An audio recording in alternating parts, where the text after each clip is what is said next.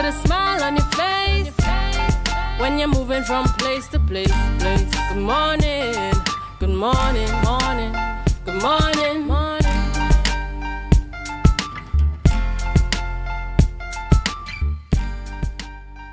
Good morning, viewers, and welcome to Tobago Updates Morning Show. I am your host, Renessa Ortiz. It is Monday, April 13th, 2026. It is the start of a new week, an opportunity to do even better than last week and to get all those goals achieved for this upcoming week. Before we dive into the program this morning, we're going to start with our news in 90 seconds. Your news in 90 seconds starts now for Monday, April 13th, 2026. Heartbreak in Wim as the local youth club has been targeted by burglars ahead of today's start of the new school term. Valton Braffett, Vice President of the Wim Youth Group and Assembly Member for Darrell Spring Wim, Ricky Jofield, revealed that thieves made off with essential appliances including a stove, refrigerator and microwave.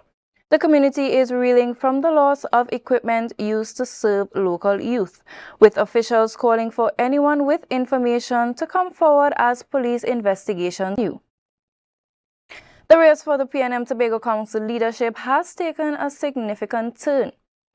On Saturday afternoon, Champaka Joe Lewis officially submitted her nomination papers for the position of political leader.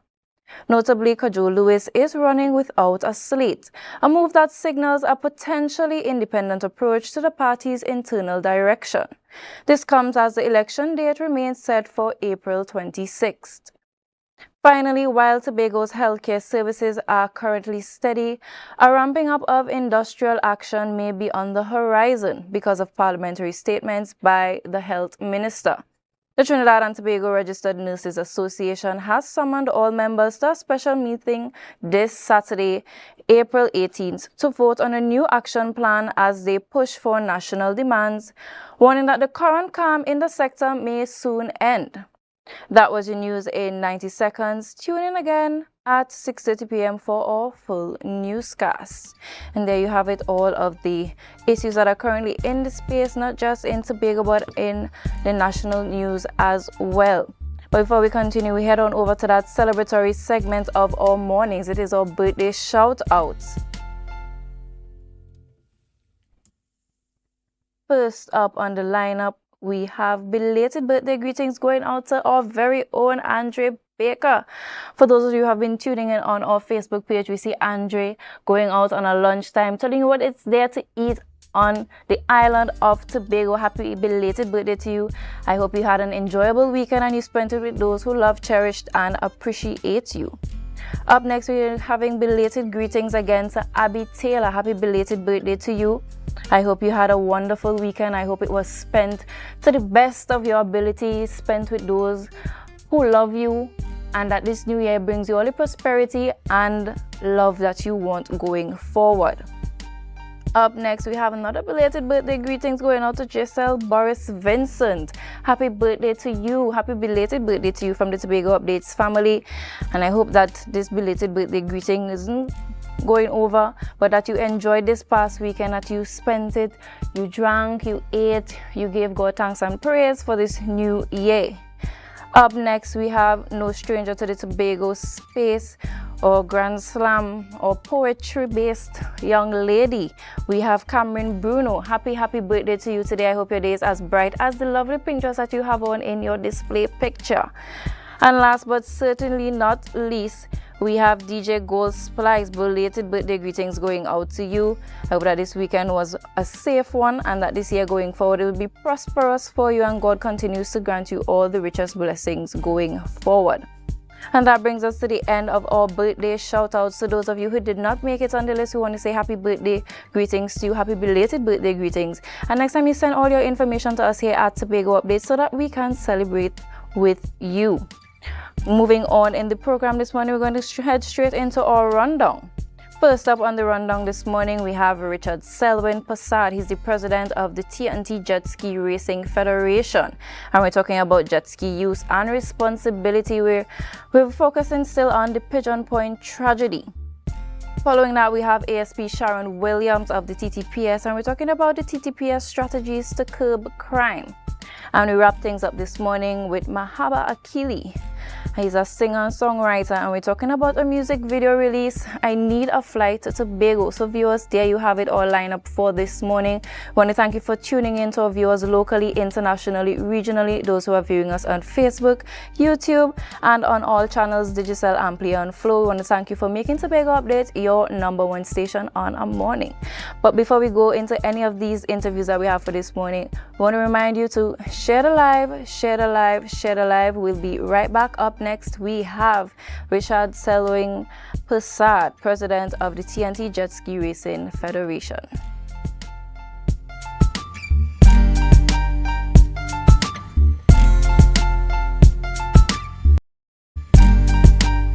Our world is filled with rhythm. Rhythm that's unapologetic, infectious, timeless. Rhythm is commitment in action. It's how we show up for each other with unrelenting support that goes the distance. Rhythm lives in the tiny beats of our most intimate moments and the seismic roars of our biggest achievements. Rhythm is resilience in motion. So even when things go out of sync, we do what it takes to bring the rhythm back. At Flow, we understand your rhythm because we live it. That's why we're dedicated to building a network as resilient as you, with a team of familiar faces working every day to keep you on beat. You're at the heart of everything we do, and our commitment is to keep your rhythm flowing, no matter what. Hi everyone, I'm Marissa Benin. Coming up, Jamaica, here we come. These women of vision are on a mission. Ride the waves and savor the flavor, otherwise known as spending quality time in Antigua and Barbuda. Fun times, plus the food that sets St. Kitts and Nevis apart, all available under one roof. Cue the entertainment and the food. It's Chinese Spring Festival time. It's all next on this station. Okay, I find you taking long to play the card. I'm all to you. I'm all in time, so good, but. Yo, what school you went by? Diane Bishops, boy. Bishops? Yeah, sure, we know the baddest that's come out of Bishops, sir. The baddest? But telling her, boy. We know the baddest, but you went night and life, and I is the baddest. Boy, Bishops is the best, boy. Yo, what's going on with Tola? Here, what's going on? It's only one way to settle this. We'll be live on Youth Voice TV, where I, your host, Multibass, will be hosting the Rep Your School DJ competition, where DJs will go head-to-head in a crazy battle to secure the title. We have cash prizes of $10,000 to come out and win, and a lot of amazing prizes. Guys, what are you waiting for? Let me come out, come and showcase your skills. Come, let me do some jobs. So guys, there are two categories for DJs that are out of school up to 35 years, and for the DJs that are currently in school, it must be up to 19 years of age. So guys, get ready. It's all about Rep Your School. It's all about the DJ competition. Who will bring the best vibes? Who can control the crowd? And who will earn the bragging rights? You get a chance to be a part and witness the rise of the new DJ generation. So this is Youth Voice, Rep Your School DJ, live on Tobago Updates. Stay tuned. Youth Voice, Rep Your School DJ competition. Rep Your School.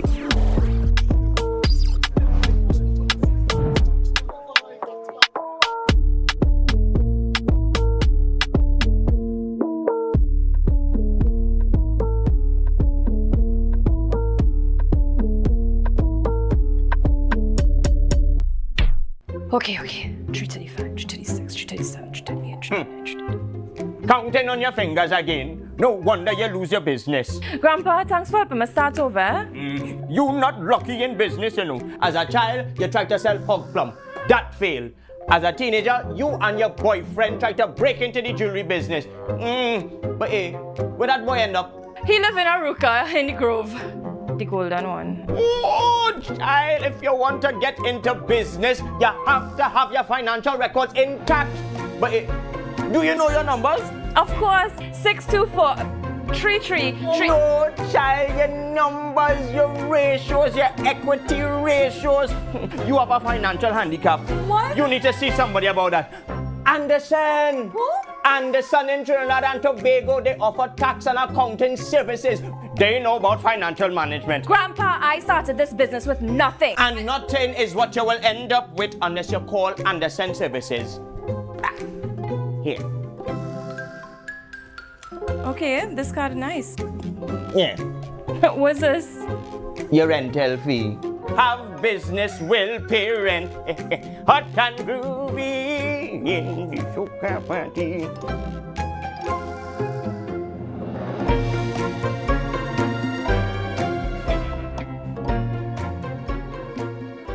Are you in a dispute with a registered investment service provider of the TTSEC? Or maybe you're the victim of an investment scam? You can lodge a complaint or submit an anonymous tip to the Trinidad and Tobago Securities and Exchange Commission. Download our Investor Protection app or go to ttsec.org.tt to access our complaint form or submit an anonymous tip. Write a clear summary of your complaint. Submit copies of supporting documents along with the originals for verification. Provide a copy of the feedback received from the entity regarding your complaint. All investor complaints or scam reports submitted by the public are acknowledged and reviewed by the TTSEC. Investigations are pursued based on the outcome of the review. Trinidad and Tobago Securities and Exchange Commission, protecting the interests of investors and the public. You invest, we protect. Everyone benefits.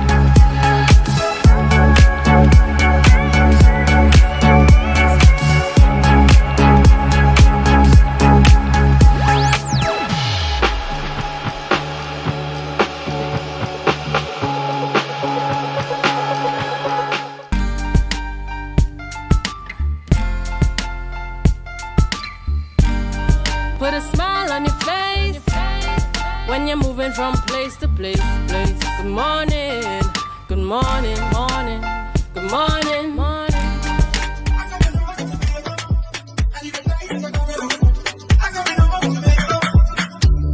Catch the sun before it fades away. Wind surfing, birds waving. Yeah, she calling. Sun so warm, feel the hug. Coconut breeze, drinks in the mug. Still pan dancing. Take me home, palm trees sway, Tobago. Who could leave Costa Fall, Tobago?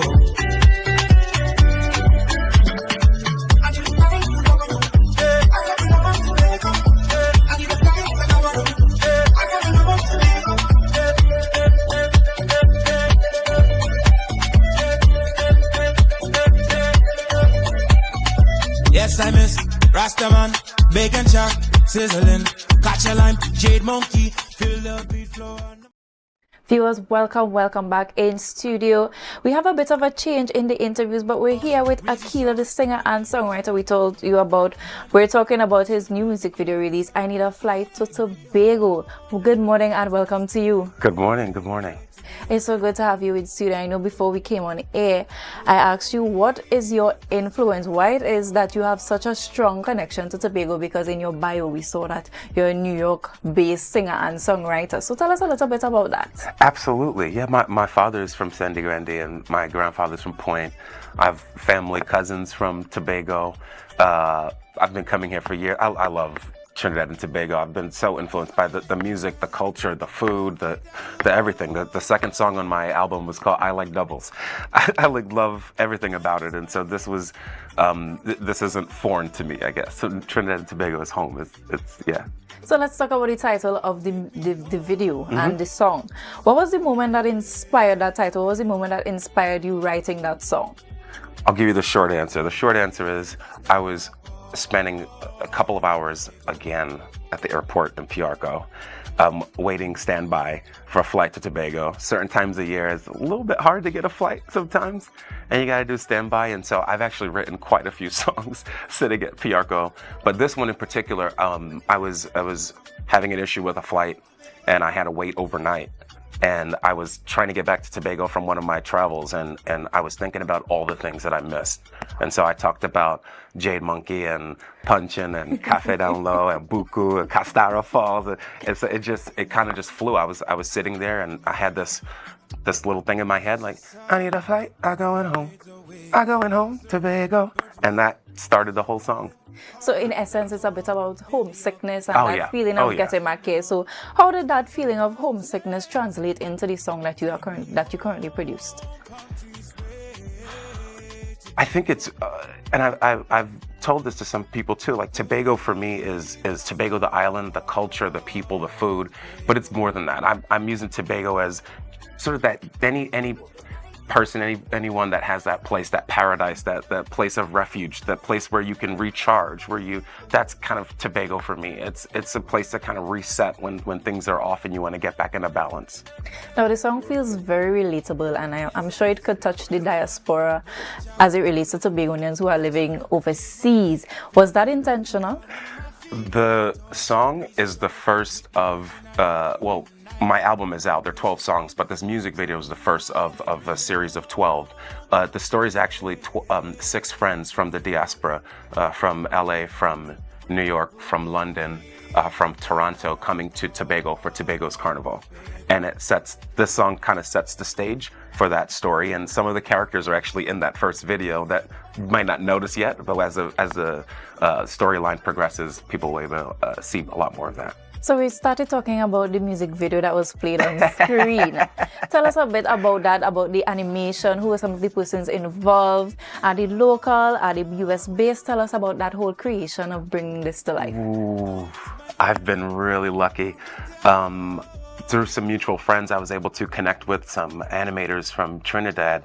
Actually, the lead animator is from Trinidad, and the creative director also is from Trinidad, lives abroad now, is part of the diaspora, lives in Europe. But this production is all TNT to the bone. So you blend Afrobeats, soca, and R&B. If you had to describe your song to someone, what would it be? The genre is Afrobeats and Calypso with R&B vocals. That's the cleanest way I think I can describe it. But a lot of your music, as we listen to what you're saying so far, it sounds like a love letter to Tobago. What does representing Tobago on the international stage mean for you? Oh, I'm so honored. Honestly, I think Tobago has done so much to me. I was able to write my first 2 albums. Actually, the first one, Tobago Vibes, came out in October. The second one is, I'm going to be releasing some of the songs in the next couple of months. It's called Tobago Nights. Actually, my first 2 albums have Tobago in the title. I love it's an honor to represent Tobago in any way, shape, or form. It's an honor. Now, you know that you're a songwriter and singer, but would you say that you're also a storyteller of Caribbean culture as it relates to the way how you portray your music and the lyrics and the content that you put into it, especially when you're displaying Tobago on that big stage? You're asking good questions. I'll give you a little bit more. Although this is a story of these 6 friends coming to Tobago for Carnival, and the first album is explaining that story. It's also interwoven in those stories are stories of my life, of my family, of my friends, of things that have happened over the last couple of years. This actually started with me writing a show, and it turned into this album. And so there are actually a lot of my personal stories and family stories that are all riddled throughout, and as my family and friends will pick up on different sections of my music. But that being said, like, yes, I'm a storyteller through and through. So you spoke about Tobago Vibes as also another song that you have, right? Tell us a little bit about that. Tell us about the background, some of the visuals that we should expect, and where can we stream this music? Yeah, so Tobago Vibes is the full album. So I Need a Flight, Tobago is the first album, or first song, and the 12 songs in the album. It's on Spotify, YouTube, Apple Music, anywhere you stream music, you can find Tobago Vibes, and it's under Achily Tobago Vibes, VIBEZ. And at this point, you spoke about Tobago Carnival, about friends from the diaspora coming together to come to Tobago Carnival, which is something that has been a real contingent over the past 4 years of Tobago's tourism product. I want you to tell the viewers, those who are listening and who have been piqued, or maybe those who you have touched in the diaspora to this point in the interview, where they can find you in terms of your socials if they want to continue following your journey. Yes. And if I can, I'll plug one more thing first. The first album has 4 songs with Tobago in the title. So I have Anita Flight Tobago, Tobago Carnival, Tobago Vibes, and Let We Go Tobago. And that's because I was celebrating the 4th year. Awesome. But yeah, I'm really excited about this album. And you can find it just Achily_Tobago Vibes. You can find me on Instagram, on YouTube, on Facebook, on TikTok, all of it. So what's next for Achily? More visuals, performances, or maybe a return home for some shows? I definitely want to be performing all over Trinidad and Tobago. But next for me is, as I said, I'm also in the process of turning all 12 of these songs into it's going to be a full visual album. The second album, Tobago Nights, is going to be, the songs are going to start being released in May. So that album's coming out in the next couple of months. But really in the next 3 years or so, I have a project of writing my next 8 albums. Okay, awesome. So big plans up ahead. Big plans up ahead. So I have like a few questions, quick rapid questions for you to answer. Yes. What's your favorite place in Tobago? Ooh, it's a really tight mix, or this is a tie between Castara and Buku. Castara and Buku. Doubles or Bacon Shack? Doubles. You didn't have to think about it. No. Bacon Shark's too heavy. I can eat doubles almost any time. And one word to describe Tobago? Paradise. Paradise. A paradise island. Achily, I want to thank you so much for coming on this morning and sharing with us your albums, your heritage to Trinidad and Tobago, and ensuring that you put Tobago on that global stage, including our diaspora, ensuring that Tobago really gets that vantage that it needs, and that vantage to show it is indeed paradise. And we wish you all the best going forward in all your endeavors. Thank you. Viewers, up next we have ASP Sharon Williams. We're here to talk about TTPS and strategies to curb crime. Stay tuned. We have that for you up next.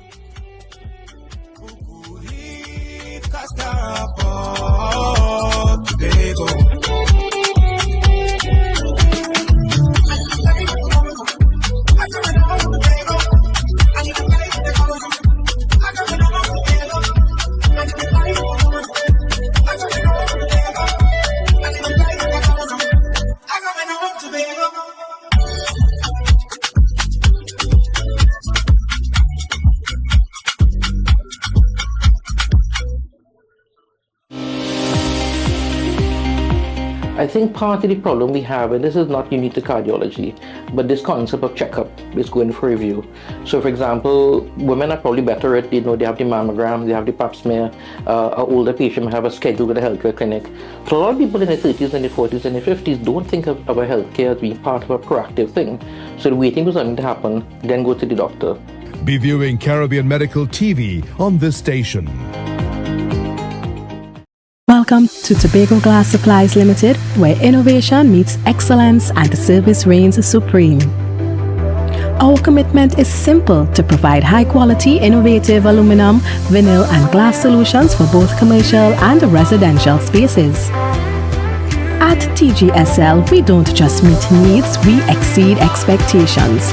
Our range includes the finest aluminum cladding options, setting new standards in durability and style.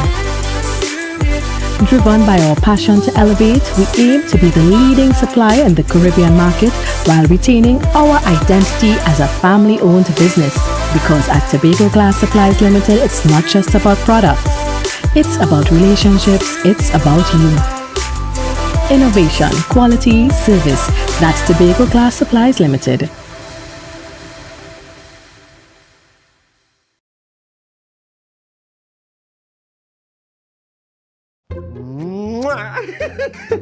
Office looking professional. Hello? Hey, bandit! Is this Charles & Charles Inc.? I'm your new receptionist. Oh yes, welcome, welcome. This is Charles and Charles. So you're Charles? And Charles. Okay then. Well, I see you're ready for business. Oh yes, yes. I have my favorite photo, my desk, and a spot for George. George? On the doubles, man. Have my marriage certificate, my cow certificate, my divorce certificate. Tax certificate? Taxi? No, I used to pull bull. No. Tax certificate. Tax? Yes, I had one of that in the last office, you know, but I lost it. No, wait, I had one in my mother's house, but I think the cow eats it. Look, Mr. Charles. And Charles? Do you pay your taxes? It is critical to your business. You should call Anderson in Trinidad and Tobago. Yeah, they provide tax and accounting services, and their corporate secretarial services. The best. Really? How you know? Well, my last boss lost his whole business and I lost my work. Oh. You know, there's a tax amnesty going on now. Really? So I can pay all my back taxes? And don't forget to call Anderson so you could save your business and I could keep my work. Oh God, no. This picture has got to go.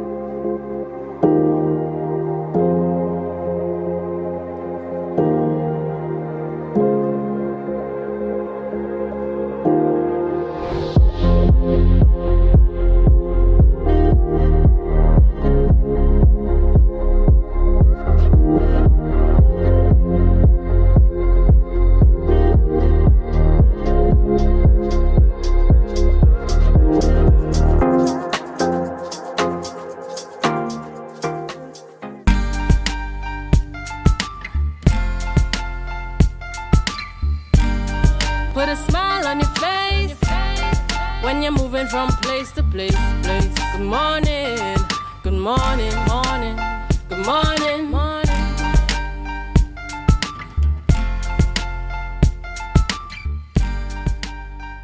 Viewers, welcome back. In studio, we have with us ASP Sharon Williams, and we're here to talk about the TTPS strategies to curb crime. Good morning and welcome to you, ASP. It's always a pleasure to have you on set. Thank you, and good morning to you, and good morning to the listening and viewing public. Now, ASP, before we head into our topic for this morning, do you have any crime updates that you would like to share with us about the island of Tobago and anything that we should be notified about? Right.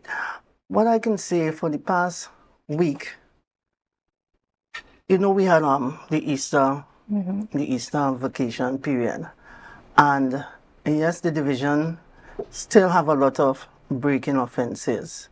And particularly for that period, we saw some commercial break-ins as well, right? So that's a cause for concern. I mean, all break-ins is a cause for concern and all crimes are a cause for concern. But we had an increase in that area, right? As usual, we always implore on citizens to take measures to alleviate these kinds of things, right? Now, what I can see, because of some of these strategies implemented, we were able to charge persons for some of these offenses. I also want to assure the public that we have several persons of interest with these offenses, right? And inquiries are continuing. The officers are working assiduously with these investigations, and I anticipate in the upcoming week that we will prefer some more charges and bring these perpetrators before the court. I know usually during the long weekends and peak seasons here in Tobago, we also hear of incidents of road traffic accidents. Are there any road traffic accidents to report over the Easter? Anything that was out of the norm? Right, there were accidents, yes, but nothing of a serious nature. Now, outside of the road traffic accidents, coming to the close of the Easter period, we know we had the one incident at Pigeon Point, right? With the jet ski. So that was a major incident, and you know, it's unfortunate. It's really an unfortunate incident for the family as well as the country on a whole. But outside of that, in terms of accident, no. Are there any updates that you can provide with the public as it relates to the suspect that was held for the jet ski incident? Right. Inquiries are still ongoing into that incident. Right? No, I can't delve too much into that because of the active investigation. But what I can say is that the police are out there, they are interviewing persons, right, who are willing to give statement. People are coming forward to give statement relative to that. At the end of it, we compile it and we can see what is the best outcome of it, if it's in terms of charge or whatever the case may be, but it will be determined by the evidence that is before us. Now, I know we're diving a bit off of the topic for this morning, but as you mentioned, the charges that will be laid against the suspect. In a previous interview that we were having on set with a maritime surveyor, they were talking about some of the charges and the wording that is necessary when it comes to charging individuals when it comes to crimes of this nature. Can you give a bit of insight onto the TTPS and the role that it comes when it comes to those types of charges? Right. No, as I said, not charges. We're not saying that there is a charge, but if in the event of at the end of the investigation, we'll be guided by what is before us, the evidence that is before us. But for this time, we cannot see what charges, if any, would be laid. Okay, no problem. Now, when we talk about crime in Tobago ASP, we usually hear that Tobago is a bit different in crime as it relates to Trinidad, but over recent years, we have seen an uptick in the crime here. From the TTPS perspective, what is the current crime situation in Tobago, and what are some of the strategies that you would like to implement going forward? All right. Now, with the strategies that we use for crimes, we have a number of things that we take into consideration, right? Now, we try to do a lot of intelligent-led operations, meaning that we look at statistics that have gone by, and we have that through the Crime and Problem Analysis Unit that we commonly refer to as CAPA or CAPA unit. They will do their analysis based on information that have passed, crime trends and so forth, and they can advise us as to the hotspots in terms of time, places, who are these priority offenders. So that is one aspect of it. So with these information, we are able to strategize on patrols, operational time, and so forth to go forward. Another thing which we use communication. Now, look at us at this morning on the Tobago update, right? So we put information out there. Our social media platform is marred by a lot of information. So take, for example, for Carnival period and the Easter period, there was a lot of information in terms of safety. You're leaving your home.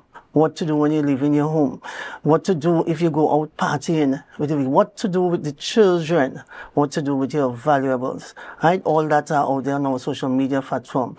Our WhatsApp channel, a lot of information there in terms of what to do in terms of safety. And in terms of communication, we do a lot of engagement with our communities. Right? So we have our station councils, and persons tend to think that station councils are basically for persons with businesses. It's for everyone in our community. So what persons can do, we encourage persons to come out to those station council meetings, right? And the station council meetings are different from a town meeting per se, right? Station council meeting is for a particular station district. So the SDOs in the station, meaning the inspector or the sergeant, they will be the person who leads that meeting. Usually it is done once per month, but it can be done as frequent as possible. So we always try to encourage persons to come out to those meetings and state whatever challenges, what they observe, and different initiatives can come out of those station council meeting. Walkabout in terms of communication is something that we always use as well, right? You meet up close and personal with the public as well. And you know, not everyone like to be out there in terms of expressing the challenges or giving information to us, right? So that aspect of it allows the person to be up close and personal with the officers and giving them information as well. Now, a lot of citizens measure safety by presence and visibility of the police in their communities and their areas. And how is the TTPS improving its visibility and responsiveness on the island in terms of the patrols? I know we already have patrols, we see the vehicles, but are there any other additional methods that you guys are implementing and putting in place for the public? Right. We always analyze what we do before and see if it is working. Right? So then again, yes, the patrols are increased, but they are more strategized, right? Based on intelligence and so forth. So the patrols are out based on information that we would have had. I mean, we also have our normal routine patrols, right? But we complement it with those strategic patrols based on information that we would have compiled.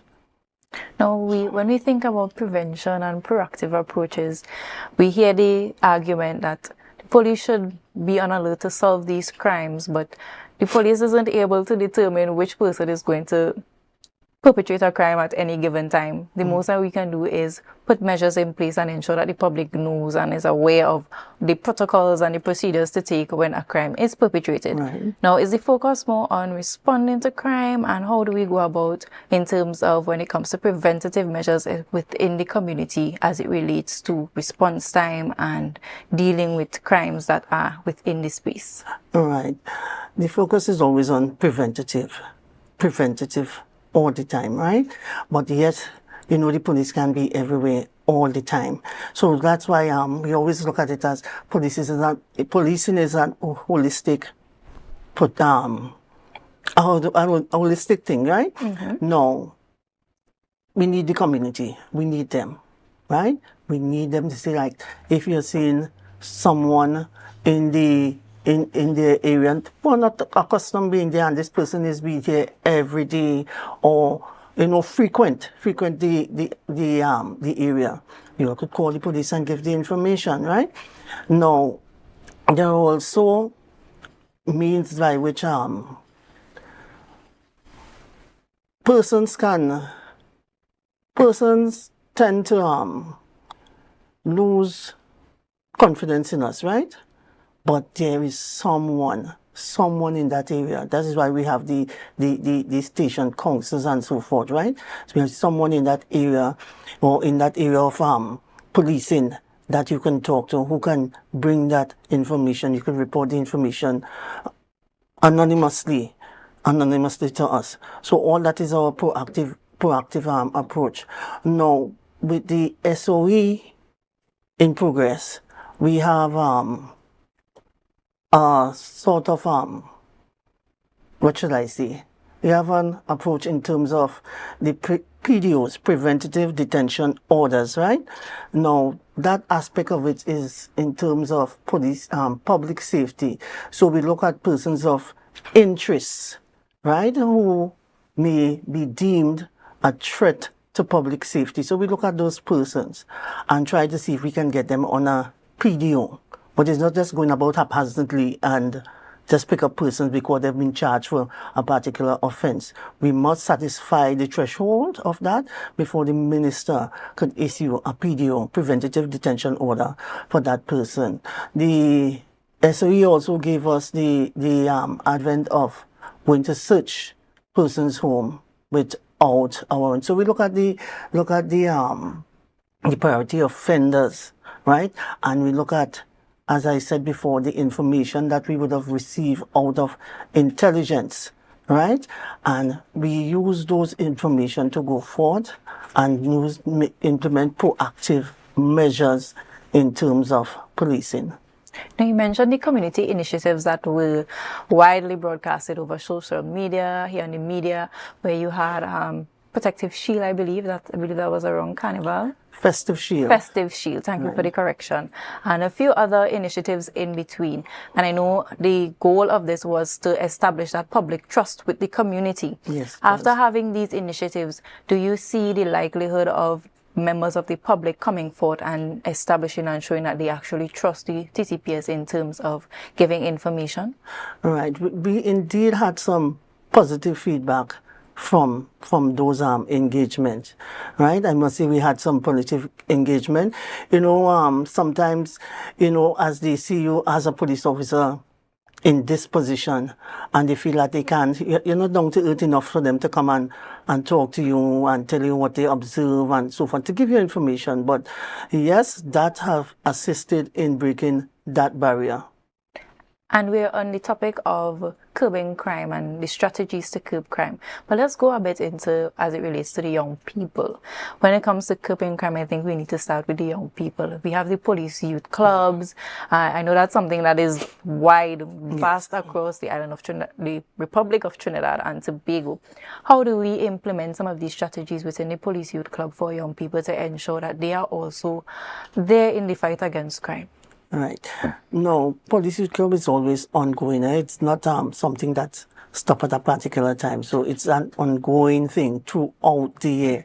And I must say, these youth clubs have been engaging these members in a lot of activities within the communities. And what is so what is alarming is that the parents and stakeholders in the area where the youth clubs are located come out and they support. So we have different programs highlighting like sexual activities, ways to prevent crime against children and so forth. What to do if this happened to you. So there are a vast amount of activities within these youth clubs.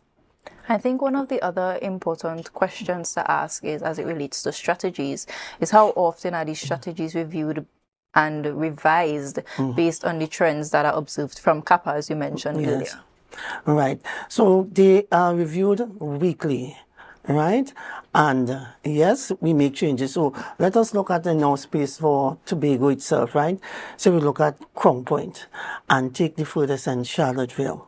Right, the strategies may have to be tweaked a little bit in terms of Charlottesville, right? So, say we had operations for particular times because Crown Point is the hub of activities, and there we have more offences taking place than opposed to Charlottesville. Not saying that we don't play in Charlottesville, right? But the strategies utilized there will be a little bit different, right? To Crown Point. But before we could even start to think about the strategies to curb the crime, we need to understand the root cause of some of these issues. So what are some of the biggest challenges that the TTPS faces when it comes to curbing crime here on the island of Tobago? Right. It's really persons buying into the preventative measures that are put forward. I think we are a bit still naive to say that it never used to be so in Tobago. That is one of our biggest challenges, right? Because we have some places that persons constantly goes there, right? Where we are victims of break-ins, right? And you will implore on that person, you will come down on that person, we're telling that person, do this, you could do that, right? No, we can't hold them on. We could only advise, right? And that is one of the biggest challenges because we still have the concept that Tobago wasn't so, right? And we want Tobago to come back to that time. And it won't come back to that time, right? So we're still employing a person. That is one of the biggest challenges we have in terms of dealing with crime. Right? And also persons coming forward to give information or eyewitnesses to give that statement to assist us in charging these offenders. Persons are a bit hesitant, and sometimes we can understand why, right? And fear is a factor in that regard. Fear of being harmed or some kind of injury may be perpetrated on you or family members. So that is part of it.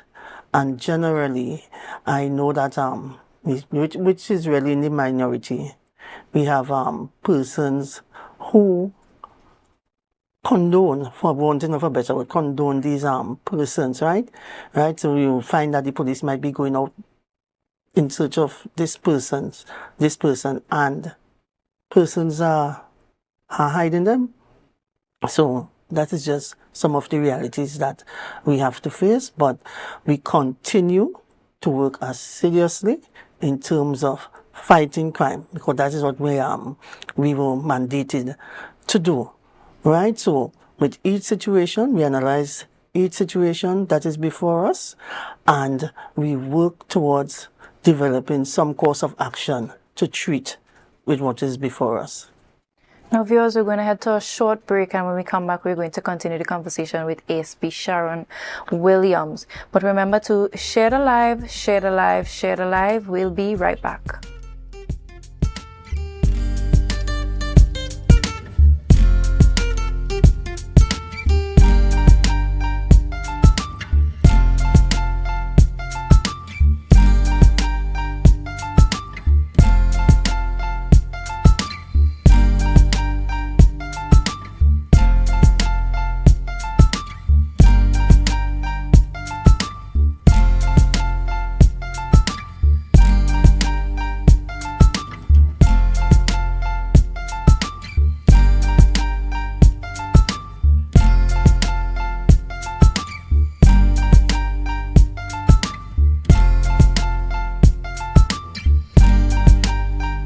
Are you in a dispute with a registered investment service provider of the TTSEC?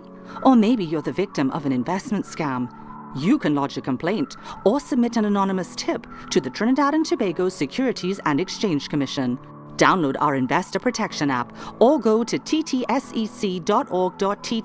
to access our complaint form or submit an anonymous tip. Write a clear summary of your complaint. Submit copies of supporting documents along with the originals for verification. Provide a copy of the feedback received from the entity regarding your complaint.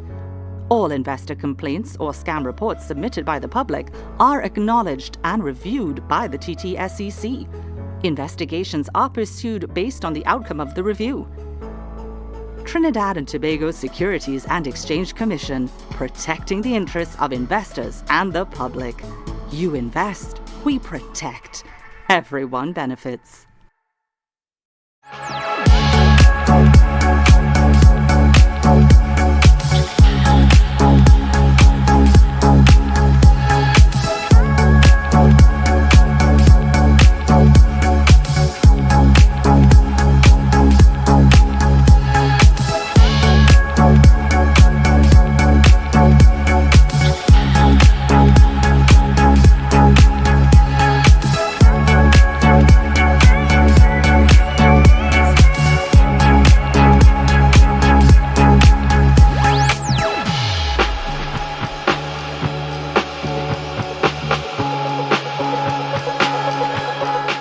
Trinidad, Tobago and abroad, your chance to drive away in a brand new SUV is still on. The BHS Centennial Raffle has been extended to Thursday, 30th April 2026. And that's not all. Prizes include travel for two to Miami and Curacao, Tobago staycation, iPhones, computers, smart TVs, and more. Tickets still only $100. Get yours at selected outlets or at islandetickets.com. Details at bishopstobago100.com/raffle.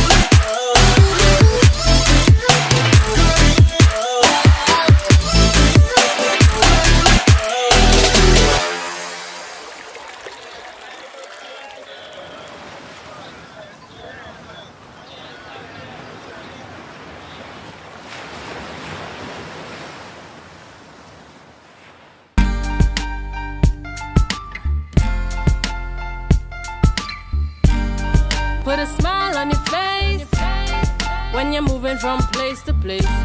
Good morning, good morning, morning, good morning, morning.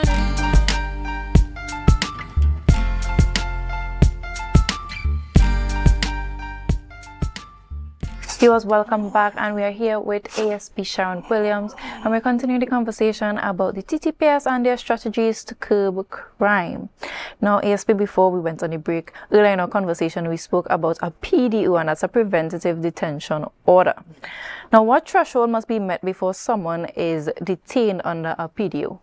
Right. Now, the advent is to show that the person is a threat to public safety. The police must prove that that person is a threat to public safety.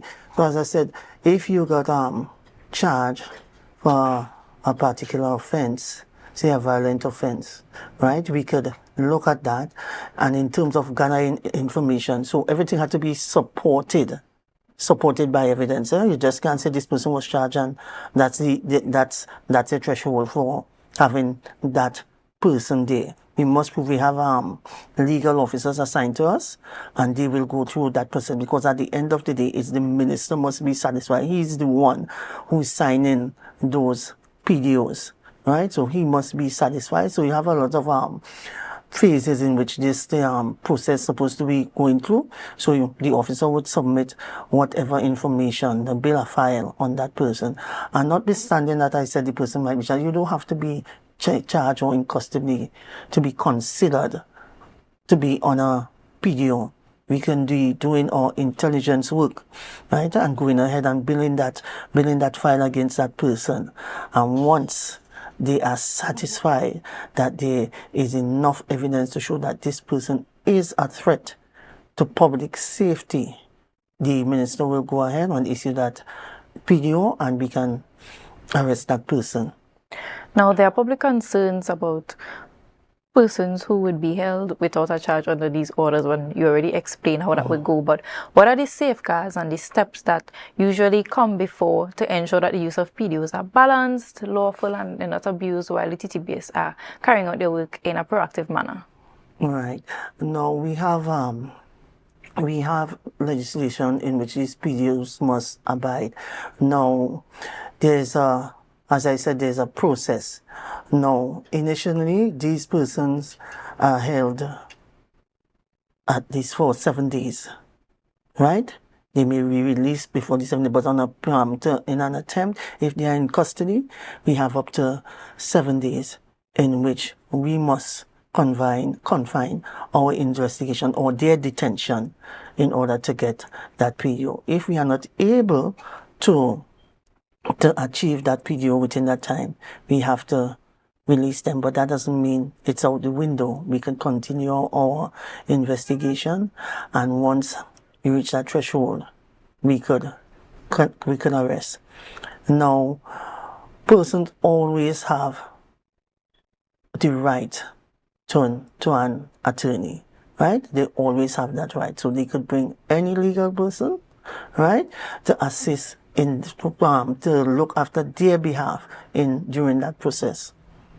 Now, before we wrap up the interview a bit, what message do you want to send to Tobagonians this morning as it pertains to their safety, not just in terms of on the roadways, as a crime, just in general, and their safety, especially as they mingle with one another here, the community, persons on the roadways? What message would you like to send to them this morning? Right. And we always try to put it out there that persons must follow the law, and persons must be careful. Persons must be able to secure their home. Look at who following them if they are on the roadway late at night. Take vehicle numbers. If you are traveling, look at the vehicle number. Make sure it's a reputable taxi driver. It is always better that you go into a H car, but I know sometimes it's hard, but put measures in place so that you could travel safely. And one thing that I left out in terms of our approaches, right? We always have the support of other agencies like the port officers, the licensing authority, the custom, and of course the Trinidad and Tobago Defense Force, who always support us in our fight against crime. So right, that's why I want to extend that to the public also, that we also use a multi-agency approach in terms of crime, right? And I want to assure the public that we, the Trinidad and Tobago Police Service, and by extension Tobago Division, continue to work assiduously in the fight against crime, and we can assure you that we are not letting up in this fight against crime, and this is what we took an oath to do. Now, ASP Williams, we want to thank you so much for coming on this morning, talking to us about the strategies to curb crime, some of the initiatives that you already have in place, and we'll continue to ask the public to cooperate with the TTPS, especially when it comes to seeing strange faces within your community and ensuring that what we do is a collective approach to fighting crime here on the island of Tobago. Viewers, before we continue any further in the program, we'll take a short break and we'll be right back. Remember to share the live, share the live, share the live.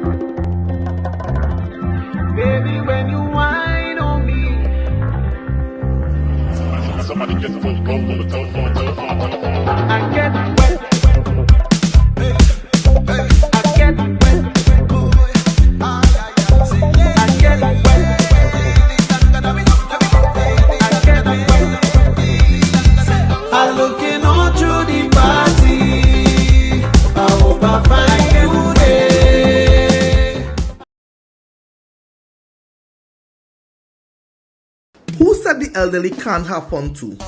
We're talking good food, proper music, lots of games, and a day at the beach they will never forget.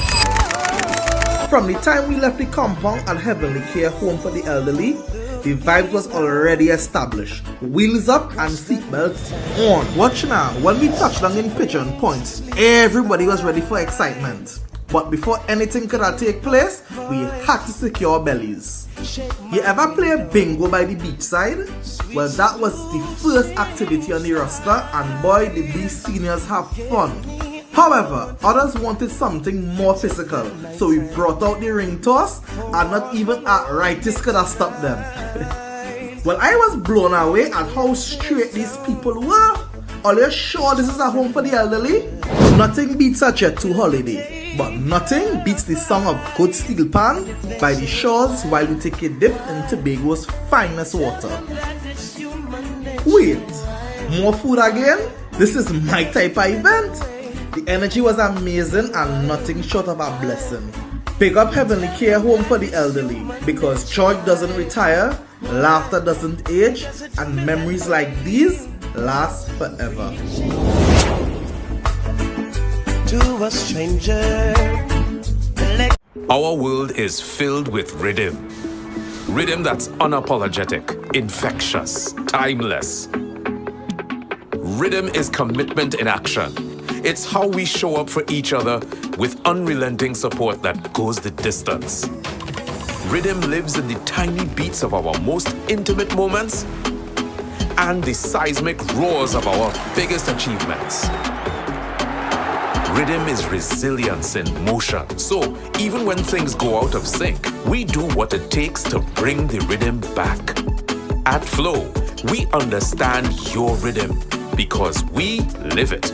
That's why we're dedicated to building a network as resilient as you, with a team of familiar faces working every day to keep you on beat. You're at the heart of everything we do, and our commitment is to keep your rhythm flowing, no matter what. Hi everyone, I'm Marissa Benin. Coming up, Jamaica, here we come. These women of vision are on a mission. Ride the waves and savor the flavor, otherwise known as spending quality time in Antigua and Barbuda. Fun times, plus the food that sets St. Kitts and Nevis apart, all available under one roof. Cue the entertainment and the food. It's Chinese Spring Festival time. It's all next on this station. Okay. 335, 336, 337, 338, 339. Counting on your fingers again. No wonder you lose your business. Grandpa, thanks for helping me start over. You not lucky in business, you know. As a child, you tried to sell hog plum. That failed. As a teenager, you and your boyfriend tried to break into the jewelry business. But hey, where that boy end up? He live in Aruka in the Grove. The golden one. Oh, child, if you want to get into business, you have to have your financial records intact. But hey, do you know your numbers? Of course, 624 333. No, child, your numbers, your ratios, your equity ratios. You have a financial handicap. What? You need to see somebody about that. Anderson. Who? Anderson in Trinidad and Tobago, they offer tax and accounting services. They know about financial management. Grandpa, I started this business with nothing. And nothing is what you will end up with unless you call Anderson Services. Here. Okay, this card is nice. Yeah. What's this? Your rental fee. Have business will pay rent. Hot and groovy in the soca party.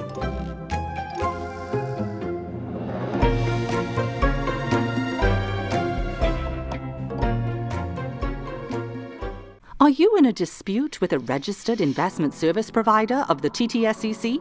Or maybe you're the victim of an investment scam? You can lodge a complaint or submit an anonymous tip to the Trinidad and Tobago Securities and Exchange Commission.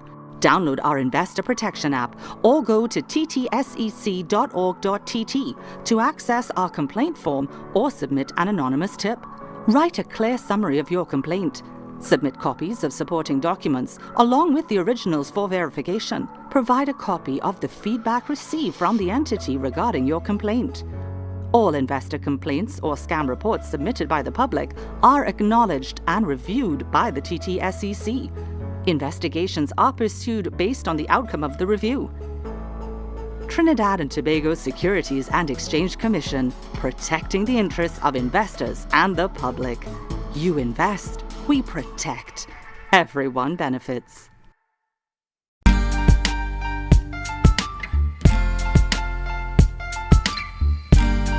Put a smile on your face when you're moving from place to place. Good morning, good morning, morning, good morning, morning.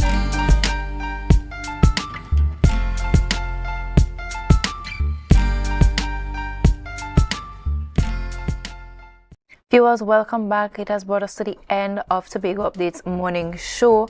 Just to recap this morning's segment, we had the TTPS talking about strategies to curb crime, and we were here with ASP Sharon Williams.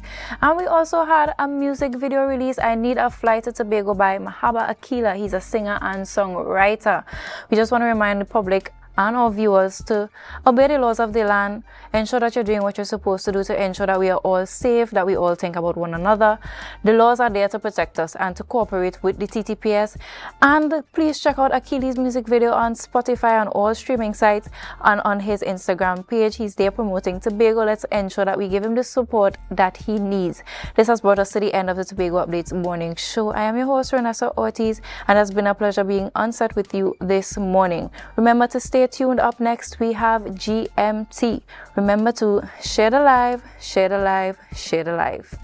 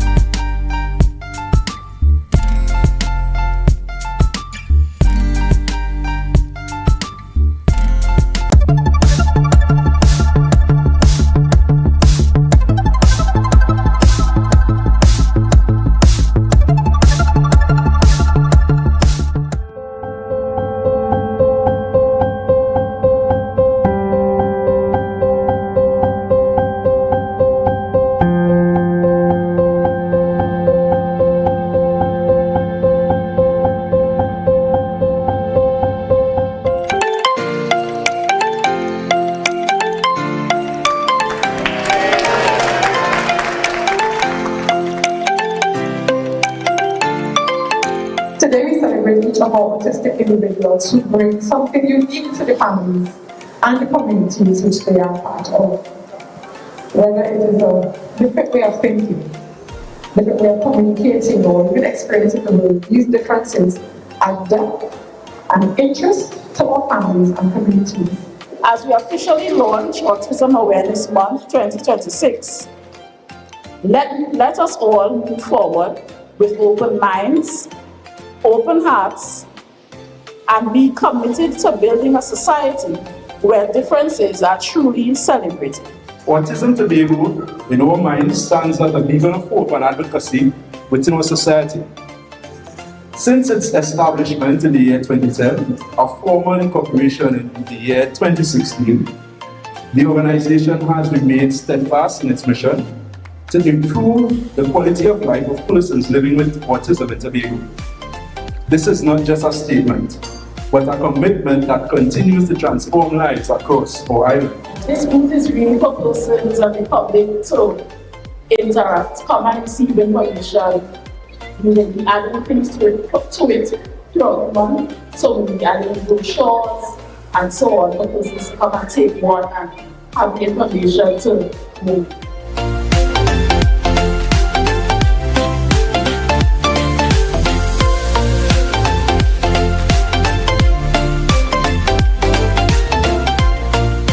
That was a production of the Department of Information, Office of the Chief Secretary, Tobago House of Assembly.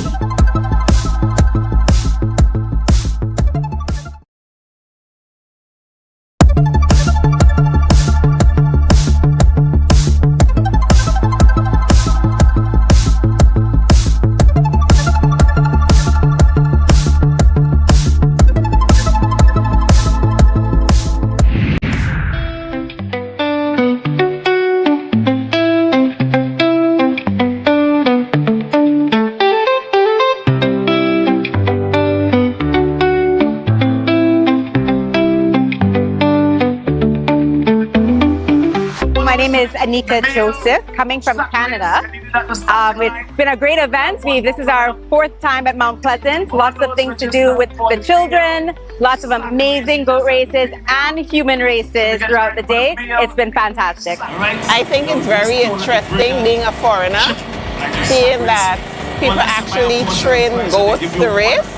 So that was exciting for me to see, and all the other activities that goes with it. Yeah, today's been amazing. Never seen goat racing before. Unreal. So I'm here at the Mount Pleasant Sports, and it's actually a very great experience. It's very fun. I went like about 3 races and I have more to go. So I'm looking forward to coming next year. So I like how they fix the field. I like how they bring more events for the kids, like big dog and things. You know, the race is going good so far. I enjoy myself every year, I come, and that is just it. It was exciting. It was a great evening. We will come back next year. Welcome to Tobago.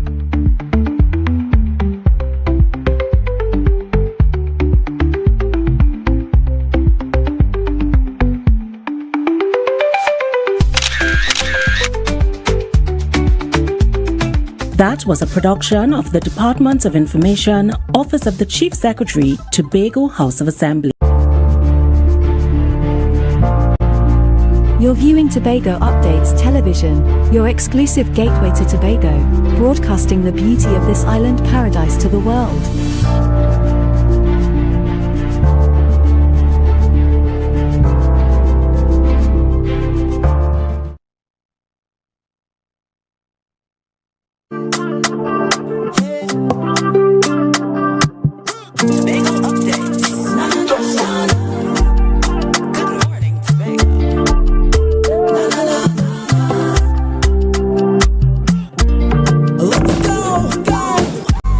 It's a brand new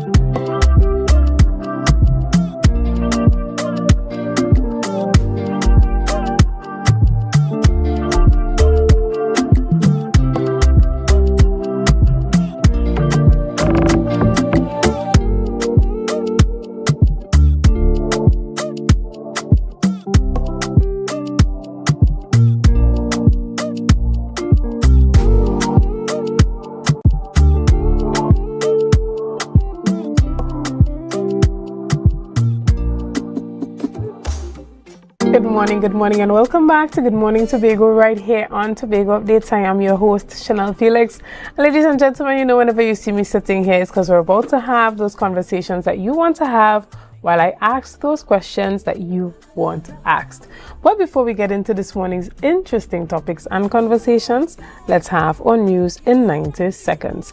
Heartbreak in Wim as the local youth club has been targeted by burglars ahead of today's start of the new school term.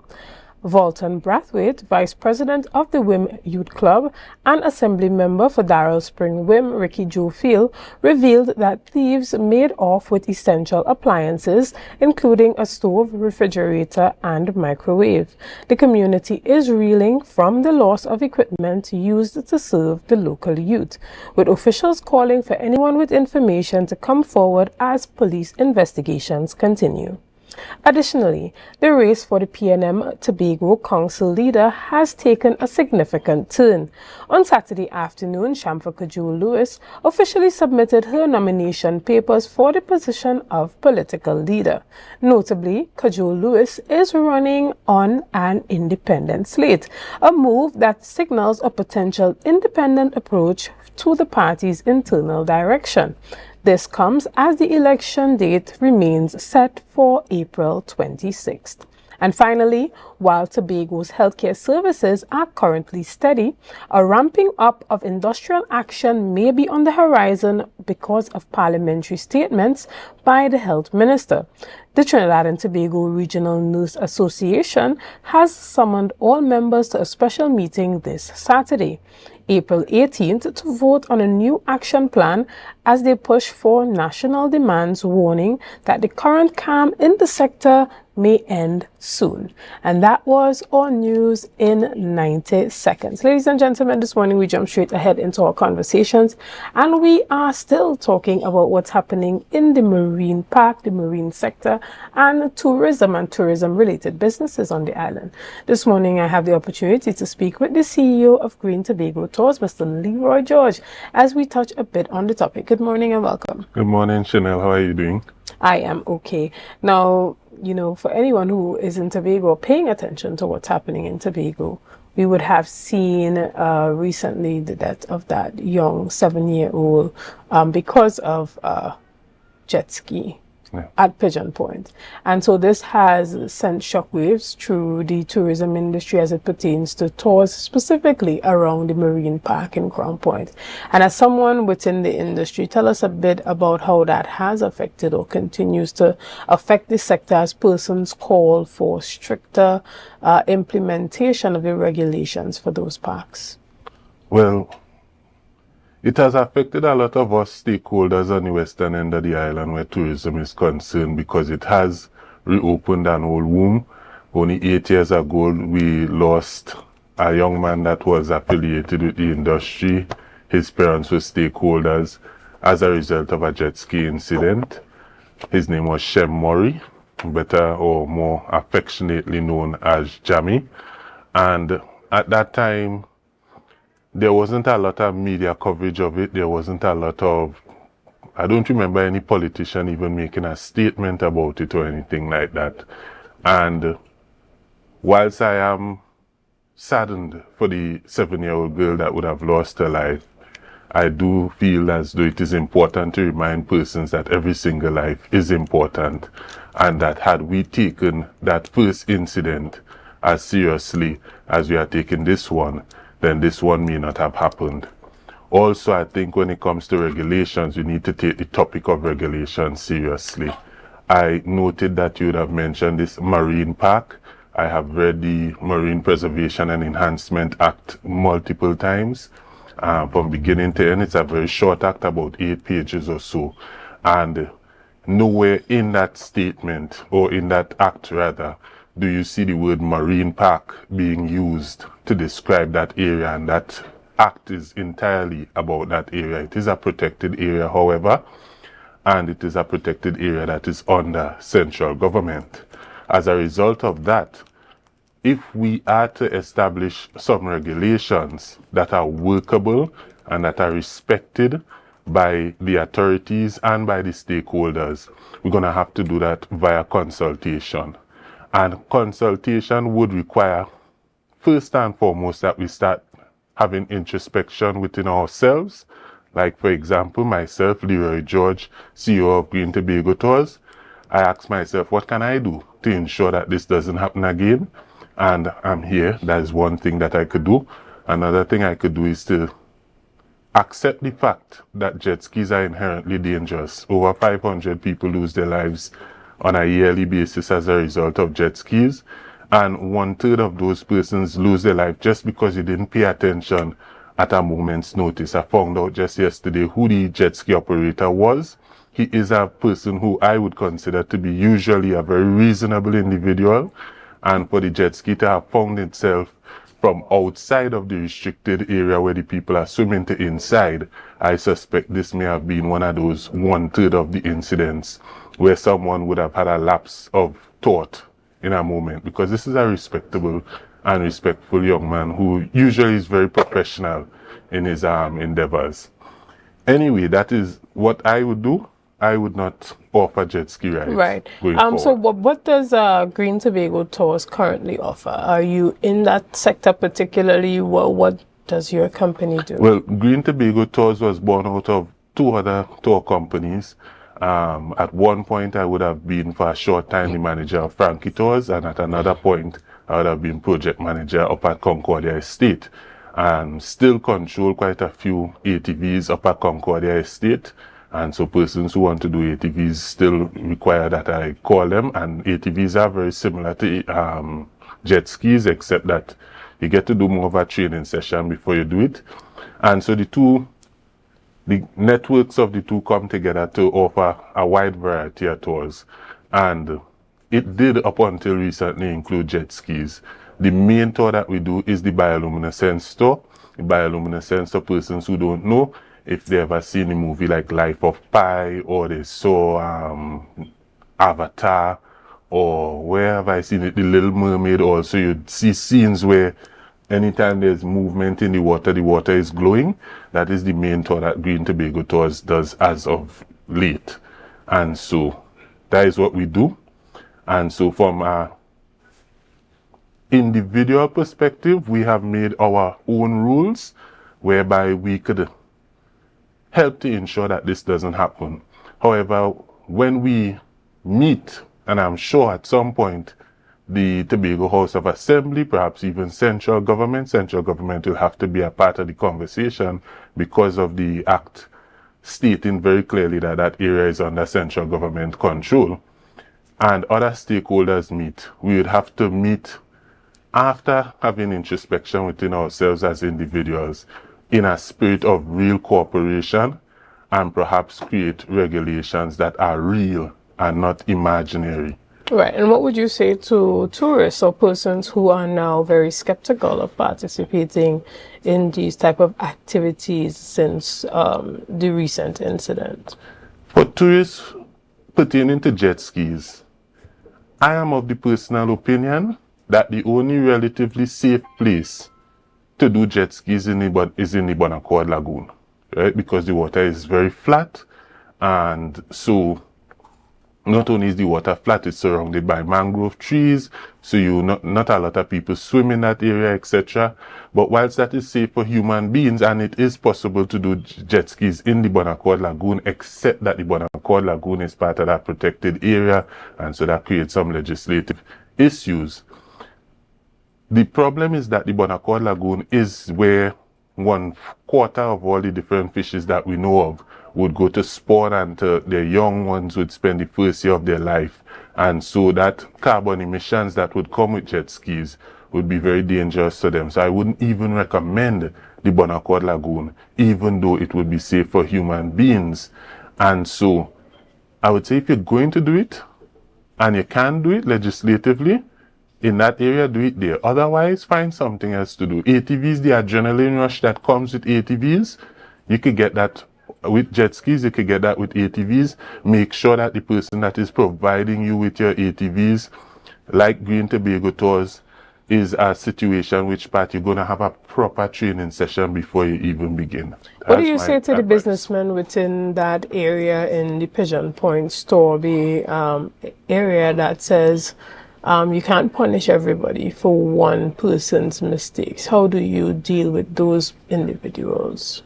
Well, first thing first, this was not one person's mistakes. And we know that clearly because we've seen a lot of fingers pointing between the crocodile tears who want to blame the Tobago House of Assembly because the ambulance didn't reach in time, and or perhaps the lifeguards weren't as equipped as they should have been, or whatever have you, who want to blame past administration because this marine park bill that is being proposed to bring this area into the control of the Tobago House of Assembly was written during the time of the past administration. And it was not well made because there wasn't sufficient consultation, and so as a result, that marine park bill is not usable. It's not usable at all. There are things in the marine park bill that makes it inappropriate, and then the imaginary marine park regulations that don't actually exist in the Constitution of Trinidad and Tobago, they appear to have been shaped out of that bill, and they are not usable either. And so what I would say to the stakeholders is that if we do not look within ourselves and see what we can do to make sure that things happen better, somebody else is going to instruct us at some point as to what will be done. And since that somebody else would not be as knowledgeable as we are, their instruction is going to be either not workable or destructive in nature. For example, I would have heard the Chief Secretary say that he does not want to engage in consultation at all, and that he wants to lay down some rules, and if you don't abide by the rules, he don't care if your boat or your jet ski find itself dry rotting in somewhere. That is what it's going to be. And that is not the right spirit at all, because it's not going to work. It's not going to work for several reasons. So we have to, each and every single one of us, have introspection, be honest with ourselves, and then come together, having looked at ourselves, and have that conversation and create real rules that, and figure out, because for example, the Marine Park Bill, had it been workable, then we could get behind it and say, okay, let's take this to Parliament, let it be passed. And once it passed through Parliament, we know the process, go to the Senate, ascended to by the President, etc. Now you have real legislation that could provide real protection for not just the tourists, but also the stakeholders, etc. But if that isn't happening, then why would central government put this as a front burner subject? Right. It's been about 9 days since. Right. Now, even as we kind of wrap up our discussion for this morning, have you seen the stakeholders coming together and having those meetings among themselves and those conversations, being a part of the industry? And you said that that is important for that introspection to take place, but have you seen that? Yes, definitely. There's the Glass Bottom Boat Owners Association, which at present I believe it's still headed by Mr. Michael Frank. In times past it would have been headed by Mr. Dougie. Previous to that even it would have been headed by Dexter Blacks. And it's a very good organization. They do meet on a regular basis. It's a democratic organization, and they would be the ideal persons to form the authority. If you look at the Marine Park Bill that is being proposed for law, there's a term being used for the authority being the Chief Secretary. The most appropriate person to hold the position of the authority in this private sector industry would be the president of that organization, because that would be the person who knows all the do's, the don'ts, what is workable, what is not workable, all the intricacies that would allow for good legislation, not just good legislation, but implementation of these laws to take place. Understood. But we want to thank you so much for being here this morning and offering us some perspectives from the view of persons among the sector and the stakeholders. And so we are wishing greater collaboration and introspection for members that are working within that Pigeon Point, Storby, Swallows area, and plying their trade with the glass bottom boats and the jet skis and all other water sports that we see happening in that area. But we're going to take a quick break right here. Leroy, I want to thank you for being here this morning, and we will see you soon. Thank you for having me.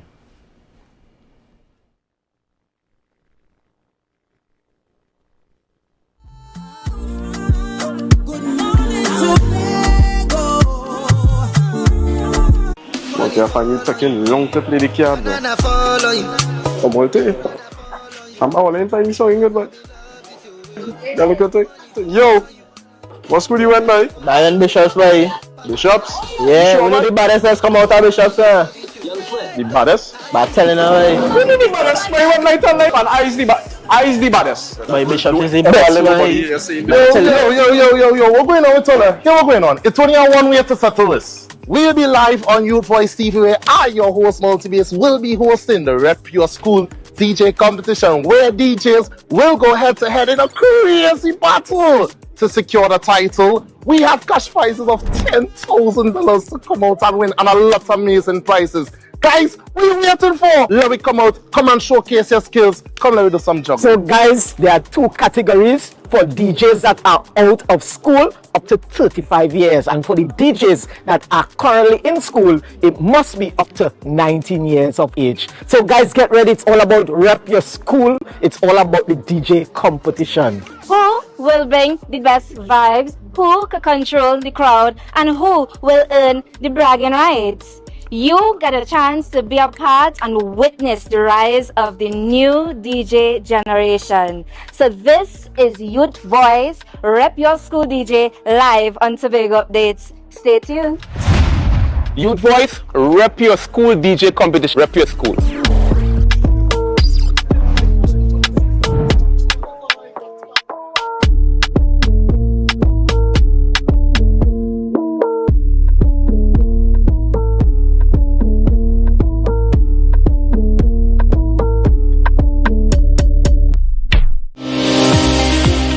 Trinidad is my home, and I always say charity begins at home. So I'm just delighted to bring this team of dedicated volunteers. Part of our motto is that we just don't send relief. We hand deliver it with care and compassion. And as I would always tell my team, the best way to find oneself is to lose oneself in the service of others. Be viewing Caribbean Medical TV on this station. Trinidad, Tobago and abroad, your chance to drive away in a brand new SUV is still on. The BHS Centennial Raffle has been extended to Thursday 30th April 2026. And that's not all. Prizes include travel for two to Miami and Curacao, Tobago staycation, iPhones, computers, smart TVs and more. Tickets still only $100. Get yours at selected outlets or at islandetickets.com. Details at bishopstobago100.com/raffle. I think part of the problem we have, and this is not unique to cardiology, but this concept of checkup is going for review.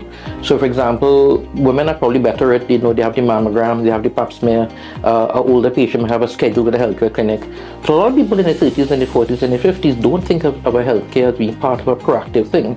So they're waiting for something to happen, then go to the doctor. Be viewing Caribbean Medical TV on this station.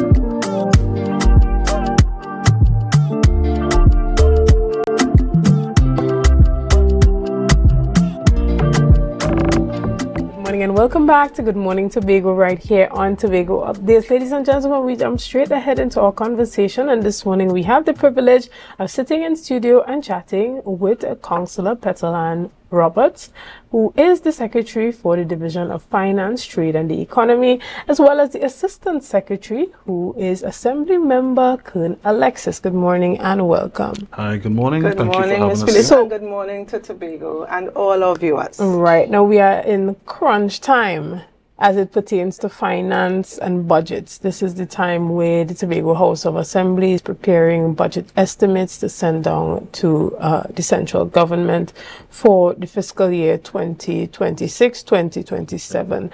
And so it's really that time where persons are working probably up till 9 p.m. in some divisions, right? So tell us a bit about what is happening. What does this period entail and why is it so serious? It's a serious crunch time. Planning is serious business. I show in your own life, you have to plan whether you want to study, if you want to have a family.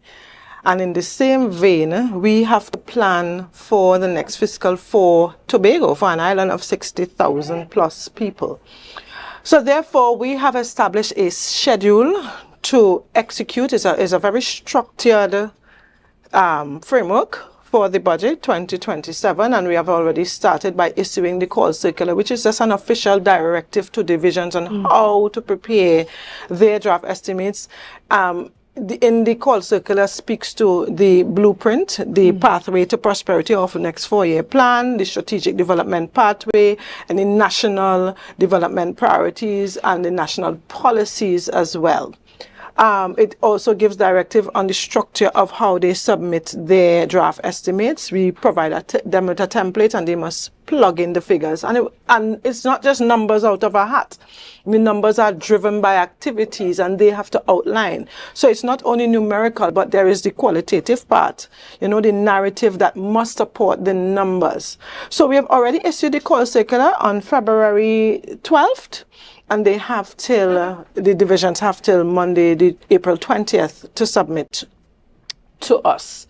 After that, we're coming into a very, very critical part of the process, which we call the heart of the budget. And it's where the people have an opportunity to tell us, what do you want to see in this budget? We want suggestions, we want constructive criticism, we want your proposals. And we are going to invite key stakeholders to the in-person consultations, which will begin next Monday, April 20th, and it will run till May 5th. Starting with the youth and civil society organizations. We also have the credit unions and cooperatives. After that, we will meet with the agricultural sector, tourism sector, the banks, construction, and the labor and trade unions. Now, if you have not heard your stakeholder group, you can reach out to me and say, listen, I have some. Because I have a message on my phone where a maritime professional reached out to me and said, listen, I think I could help Tobago. He's from Tobago, but he works offshore. So if you feel that your voice needs to be heard, you can contact me. You can come to the division. Or we do have an online platform as well, which will be activated next Monday so that persons will be able to access an open platform to give your suggestions, your feedback, your proposals to us. I want to tell the public, for those that will be invited to our in-person consultations, we will be inviting you to do presentations. We will have a screen, so if you want to present to us a presentation, if you want to say it, you want to do it via screen, you want to talk it, we are welcoming your presentations. Right, so that is the body for us of the budget, and then we continue. Would have to RSVP before attending. Yes, because we want to cater. We want to make sure we have proper accommodation for those who will be invited to these consultations. Consultations will run from 10 a.m. Like for instance, the banks, construction sector, we will have those in the afternoon at 4:30 because I don't want to have to shut down the financial institutions for one day, but we will have those. So, like for the agriculture sector, we'll have it for an entire day. Because last year, I remember that going very, very long. So after that, we will have consultations with our internal stakeholders, or divisions or special purpose companies. But as a government, we meet this week. We are going on a 3-day retreat starting tomorrow, where we will discuss fiscal 2026, and we'll go into some details of fiscal 2027, just preliminary discussions on how. But we continue to speak as an executive on the plans for Tobago. Understood. One of those plans that we highlighted within the blueprint and has been a conversation possibly for the last 4 to 5 years has been that marina for Tobago, and that is in the blueprint. Can we see more work being done to fast track the actual implementation of that policy? Well, you know, something like a marina, Ms. Felix, will include a study. We already have a location. The Chief Secretary did a presentation already, and I was part of that, where he showed where the marina will be placed. Now, something like a marina is a very complex project, and it will have to include, as I said, a study and also financing. So we will look for external international financing for that and investment for the marina. But right now, we have not budgeted for a marina, but we of course we will want to get it done, and we'll look at external funding of budget financing for that project, because I'm sure there are many stakeholders, investors looking at Tobago as a potential place for a project such as this. We are pristine. It's a beautiful island. If you look at us compared to the other Caribbean islands, we are very poised for a project of this nature. Understood. And even as the circular went out to the divisions with that template to fill the estimates, there was attached to that the blueprint, and so they are guided by that blueprint. Should the public and other NGOs as well, in preparation for these consultations, ensure that their presentations are guided by the blueprint? That's an excellent question. So when I have strategic meetings, I have a team, core team, which includes my colleague here, Assembly Member Colonel Alexis. I have a team. Every week we meet, and we have met to discuss Budget 2027, and I said to the team that part of the agenda of the consultations, we must do a presentation on the blueprint, but on the relevant, so we'll do an overarching, just a presentation on what it is, but we will zero in on, like when we meet with the agriculture sector, we'll go to the section on agriculture. If we meet with the tourism and creative sector, we go to those sections. But yes, Ms. Felix, I will advise our stakeholders to view the blueprint. It's www.tppblueprint.com, and you can get a downloadable version there, or you can view it online. So yes, I will advise that they look at the blueprint prior, but we will also be doing a presentation as part of the agenda for the consultations. Right, Assembly Member Colonel Alexis, can you tell us, are there any areas particularly in the blueprint? We know that everything cannot be done in the space of one financial year. What could we see being some of the priority items within the next year? Very good question, Sean. The main thing for us is to see the growth of Tobago's GDP. We would like to see greater investment into private sector that would help create more jobs, create more opportunities, and then put us in a position where we can do export. I would like to see the tourism sector be a bit boosted, widen the capacity, do some better marketing, well, some more marketing, I should say, as well as the agro. I'm excited about the agriculture sector in particular, with the mega farm being on board, and for us to develop that some more. Again, job creation, greater investment from abroad, foreign exchange, those are the kind of things that would help us, and people-centered as well, help us really develop a economy where we can stand alone in the near future. Right, and we know that one of the key pillars of that blueprint vision is that digitalization and modernization. That's right. Correct. You know, aspect of it, and so tell us a bit about some of the areas that we can see that modernization and digitalization being implemented into existing areas and existing policies.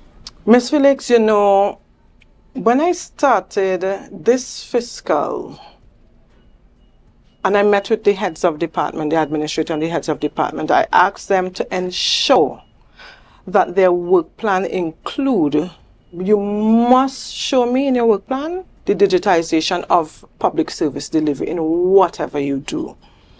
I've asked Assembly Member Colonel Alexis as Assistant Secretary, I've given him responsibility for certain areas: cooperatives, consumer affairs, financial literacy, the digitization initiatives under the Division of Finance, and that whole facilities management, taking care of the facility, Victor E. Bruce, and then we have other facilities under our remit. And he has been doing a fantastic job at that, because we have, as you know, we have e-tender. I have brought on a project manager specifically with responsibilities for digitization. And if you realize, our consultations are parallel. We do have online, we do have in person, because you know that in person has this kind of effective, more personal touch. But digitization is, in fiscal 2026, this fiscal is top of the agenda. There are 6 key items, of which digitization is one. And I've encouraged also my colleagues at the executive level to ensure that anything that we do as an assembly, we are in the business of public service delivery, that digitization must be key. I did indicate to my administrator that I want the Division of Finance to be a digitization. When you walk into there, you must feel that futuristic kind of feel, you know. So we are getting there. We are starting with access controls, because in the division now we have physical security. We want to do more access controls. We want to roll out the payments of anybody doing services with the THA must have a bank account, and we want to be able to transfer it rather than this check writing. If this is another project, to digitize from the budgeting aspect to financial reporting in the Tobago House of Assembly. So we have already started and we continue. I can say for certain that digitization will be a key priority area, because of especially where the world is going. It is easier. We're using AI, we're using digital tools and solutions just in our everyday lives. So in this public service delivery and managing this Tobago House of Assembly, digitization and modernization will be key. All right, Assemblyman Alexis, is it possible that we would be seeing greater workshops and engagements with some of the divisions, some of the sectors and departments to help them begin thinking in that modernization and digitization framework? Because for many of them, they hear the term, they see it, it's a part of the agenda and the policy rollout, but really understanding how do I automate these services? How do I translate what is being done, for instance, in the area of land management? How can we go digital with this? Can we see rollout of more conversations and engagement that help some of those managers or even some of the workers to begin thinking and planning in that way? Definitely, Ms. Chanel Felix. It has already started. One of the great things is that we do have excellent communication across division, and part of digitization is to tighten that as well. We have already started having conversations across the IT departments for the different divisions. We have already started having conversations from administrators to administrators, secretaries to secretaries, and we're going to continue that type of consultative approach. And that's why we have the online platform. That's why we have such a long and very necessary consultative approach to the budget, so that we could take all and everybody's ideas into one and really make it a Tobago-centric, a people-centric budget.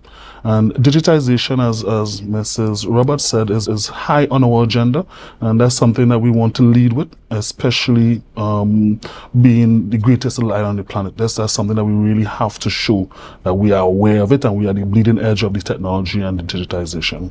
Right. Even for the presentation of the budget, I don't want to have to read from paper. You should be following the script on a screen, and there's a digital assembly under the Assembly Legislature, a digital assembly initiative that was proposed by the former presiding officer. We still have that project on the books to be rolled out.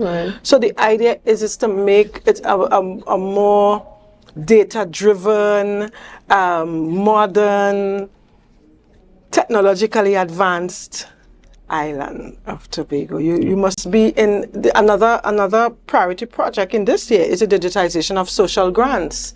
You must be in Castara and just use your phone and apply for a social grant, a grant maybe for burying your loved one, or if you have a medical situation, and you should be able to also access the funding.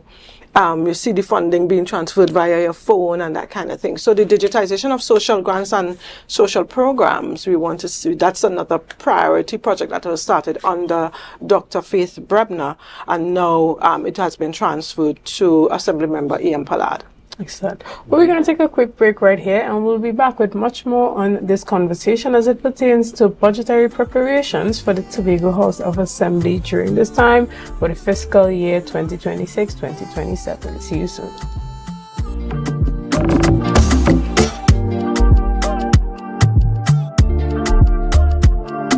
Welcome to Tobago Glass Supplies Limited, where innovation meets excellence and the service reigns supreme. Our commitment is simple: to provide high-quality, innovative aluminum, vinyl, and glass solutions for both commercial and residential spaces. At TGSL, we don't just meet needs, we exceed expectations. Our range includes the finest aluminum cladding options, setting new standards in durability and style. Driven by our passion to elevate, we aim to be the leading supplier in the Caribbean market while retaining our identity as a family-owned business. Because at Tobago Glass Supplies Limited, it's not just about products. It's about relationships, it's about you. Innovation, quality, service. That's Tobago Glass Supplies Limited.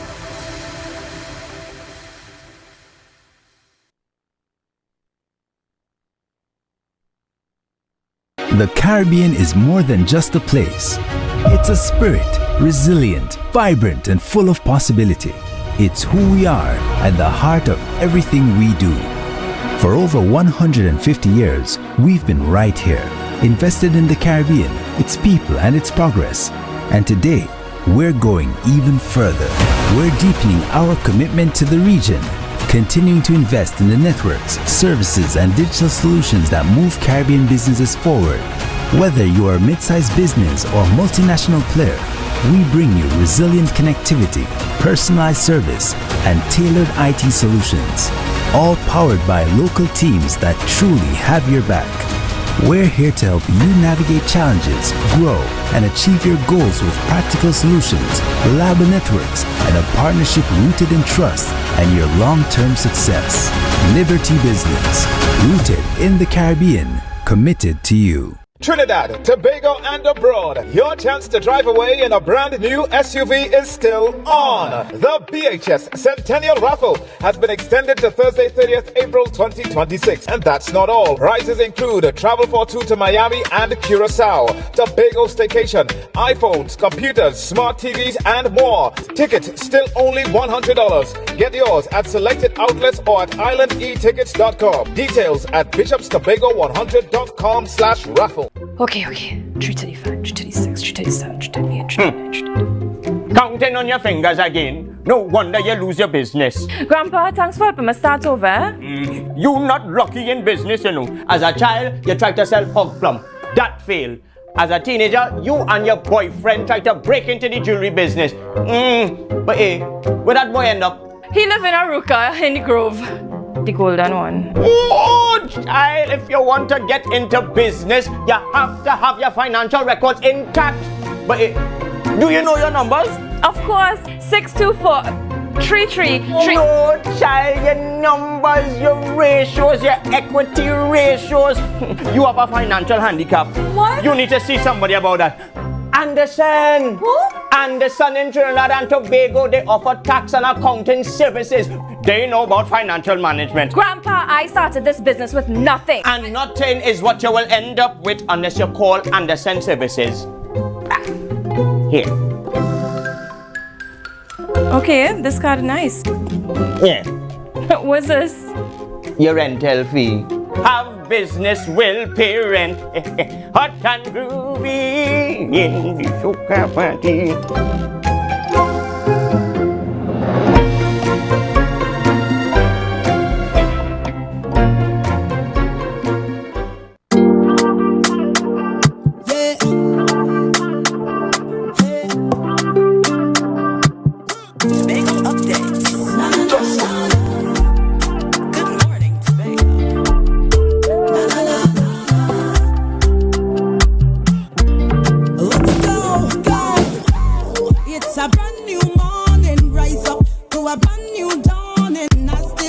sun start to rise. The energy fill the skies.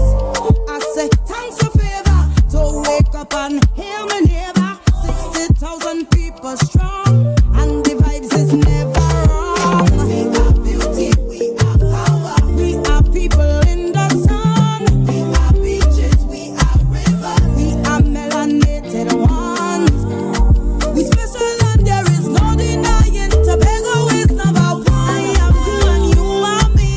Together we strong. And welcome back to Good Morning Tobago right here on Tobago Updates. This morning we wrap up our discussion that we have been having with the Secretary for the Division of Finance, Trade and the Economy, as well as the Assistant Secretary, Mr. Kern Alexis. Finally, as we wrap up, we want to remind the audience looking on about the dates that you indicated for the consultations earlier. Yeah, so thank you very much for that. Just to let the public know that we will have an in-person consultations beginning April 20th, and we begin with youth and civil society at 10 a.m. on April 20th. And on the same date, we'll have credit unions and cooperatives at 2 p.m. So official invitations will go, but we have already set the dates for the consultations. The agriculture sector, we'll see you on the 27th at 10:30 a.m. and that will be a whole day session because the agriculture sector has so many stakeholders and so many things. And Assembly Member Kern Alexis did indicate that the agriculture sector is so well positioned and important and strategic for us. Banks and financial institutions will be on April 28th at 4:30 p.m. On April 29th, tourism and the creative sector. May 1st, labor organizations, those are the trade unions. And May 5th, it's the business and construction sector. In order to contact the Division of Finance, it's 639-4412, extension 55412. You can call that extension 54412 54411. Those are the extensions. You can also email at secretary@finance.tha.gov.tt. It's secretary@finance.tha.gov.tt. So you can contact us if you would like to be part of the consultations and you want to confirm that you will be attendance. But bearing in mind, I've established the stakeholder groups that will be meeting, but there will be official invitation letters going out for this week, just to let you know that we would like to meet with you and just allowing you to come. Just also remember, stakeholders, that you can do a presentation for us via on screen if you want to do it in person, if you want to do it or ad lib off your head. We are inviting you to do presentations, but there will be a screen if you have prepared a PowerPoint or digital presentation for us. Right. I have one question as it pertains to the proposal for persons looking on. If they do come to the consultation and they do make a presentation and the assembly is wowed by their presentation, what's the next step? How does one move forward? Do you begin a relationship with the THA, or does the THA reach out and say, okay, we support you and this is the direction that you should go and you should send your proposal to X department, or how does that go? That's a good question. So as Secretary of Finance, I am the advocate for all divisions for the budget. However, there are line secretaries who will be a part of the consultations as well. So if you're in the agriculture sector and, as you said, you're wowed by a project or an initiative, the relationship will be with the line secretary or the division and that key stakeholder. I have one more thing, as you were saying there. I can't remember, but there was something very critical that I wanted to state in working with the THA. Talking about the stakeholders. Oh, we also we will be having internal stakeholder meetings as well after the external stakeholders. So like the faith-based organizations, the special purpose companies and the divisions, we'll be meeting with them. The technical advisors will be meeting with them thereafter, and those meetings, as you know, will be continuous because the key areas that will make up the budget come from the division. The divisions actually present to us. So that's why the stakeholder consultations are not necessarily with me, but I will be facilitating, but the line divisions will be a part of that process as well. Understood. And even as we wrap up our discussion this morning in closing, Assembly Member Colonel Alexis, is there anything that you want to say to our viewers looking on this morning? Definitely. I want Tobago to understand that this is a data-driven process. So all hands should be on deck. We need everybody to come and give us all the information about where they want to go so that we can then facilitate that. It's a people-centered budget, and it's one that, is systematic, it is structured, and we are going to be disciplined in the way that we approach and deal with the funds of Tobago. So please come out and let us, make it a team effort. Excellent. Well, we're going to take a quick break right here, ladies and gentlemen, and we'll be back with much more conversations after this. See you soon.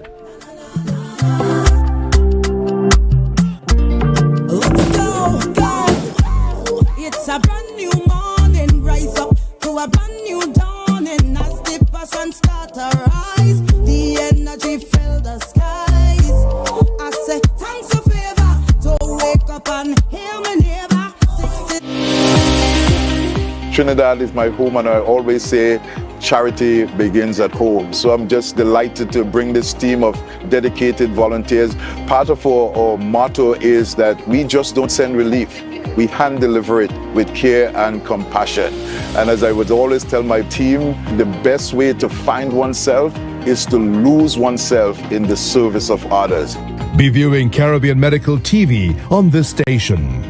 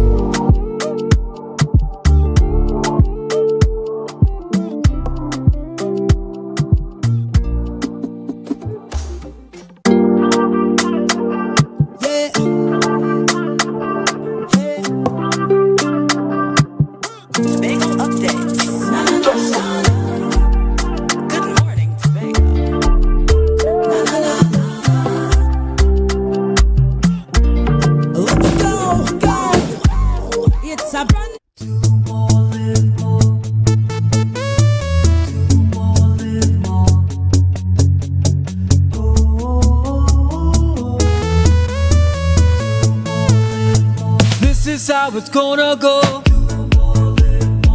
They better look up and look, 'cause this is your show, and everybody's gonna know.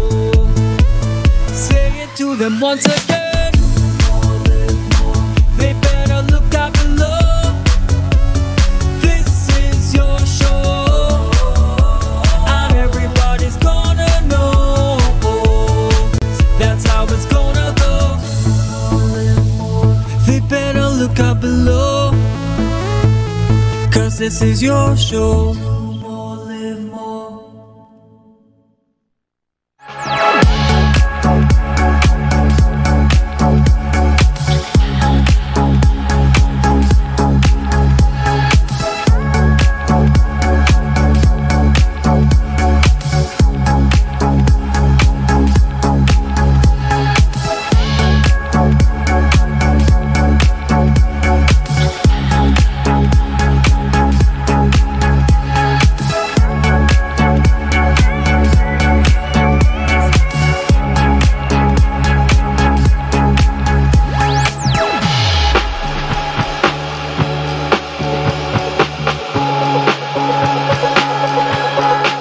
The Caribbean is more than just a place.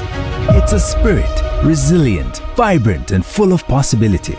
It's who we are and the heart of everything we do.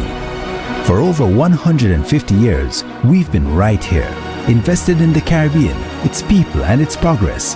And today, we're going even further. We're deepening our commitment to the region, continuing to invest in the networks, services, and digital solutions that move Caribbean businesses forward. Whether you are a mid-sized business or multinational player, we bring you resilient connectivity, personalized service, and tailored IT solutions, all powered by local teams that truly have your back. We're here to help you navigate challenges, grow, and achieve your goals with practical solutions, reliable networks, and a partnership rooted in trust and your long-term success. Liberty Business, rooted in the Caribbean, committed to you. Are you in a dispute with a registered investment service provider of the TTSEC? Or maybe you're the victim of an investment scam? You can lodge a complaint or submit an anonymous tip to the Trinidad and Tobago Securities and Exchange Commission. Download our Investor Protection app or go to ttsec.org.tt to access our complaint form or submit an anonymous tip. Write a clear summary of your complaint. Submit copies of supporting documents along with the originals for verification. Provide a copy of the feedback received from the entity.